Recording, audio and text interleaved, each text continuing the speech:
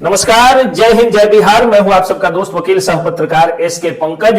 राष्ट्रीय राजपूत करनी सेना के अध्यक्ष सुखदेव सिंह गोगामेड़ी की हत्या हो गई और उस हत्या के बाद पूरे राजस्थान के लोग योगी मॉडल की डिमांड कर रहे हैं। लोगों का कहना है कि जिस तरह योगी सरकार में अपराधियों का एनकाउंटर कर दिया जाता है, उसी तरह हमारी भी सरकार में एनकाउंटर कर दिया जाए।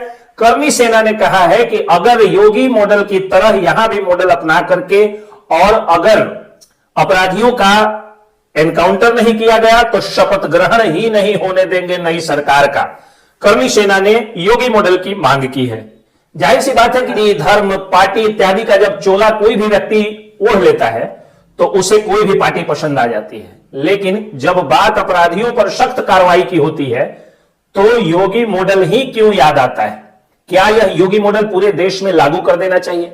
मैं आपको बता दूं कि करनी सेना के राजपूत करनी सेना के राष्ट्रीय अध्यक्ष सुखदेव सिंह गोगामेड़ी की हत्या उनके ही घर में घुस करके कर दी गई।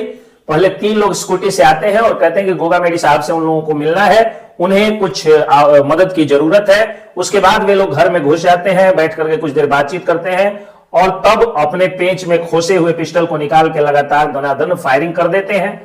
उसके बाद उनके फायरिंग के बाद क्रॉस फायरिंग होती है और क्रॉस उनका गार्ड जो होता है गोगामेड़ी साहब का, वह गार्ड भी फायरिंग करता है और उस फायरिंग में एक शूटर की मौत हो जाती है, एक हत्यारे की मौत हो जाती है जिसका नाम नवीन शेखावत बताया जाता है। फिलहाल बाकी सभी शूटरों को, हत्यारों को हरियाणा से पुलिस ने दबोच लिया है और पुलिस सख्त कार्रवाई कर रही है, पुलिस सख्त एक्शन में है।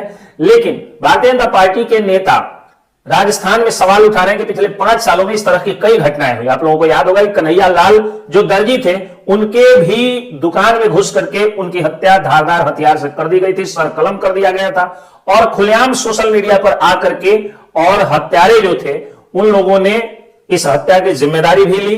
इस हत्या के भी यानी गोगामेड़ी साहब के भी हत्या की जिम्मेदारी रोहित गोदार गैंग ने लिया है। रोहित गोदार गैंग जो कि लॉरेंस बिश्नोई गैंग का खास माना जाता है, उस गैंग ने इस हत्या की जिम्मेदारी ली है।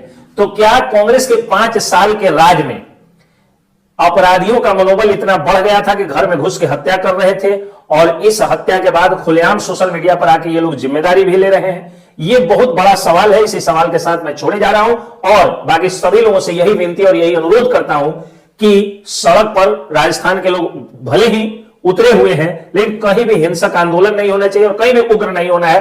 कानून में विश्वास रखिए, कानून अपना काम करती है, पुलिस अपना काम करेगी और अब पहले वाली सरकार भी नहीं रही कि इस तरह की वारदातें, इस तरह के वाकया होते रहेंगे।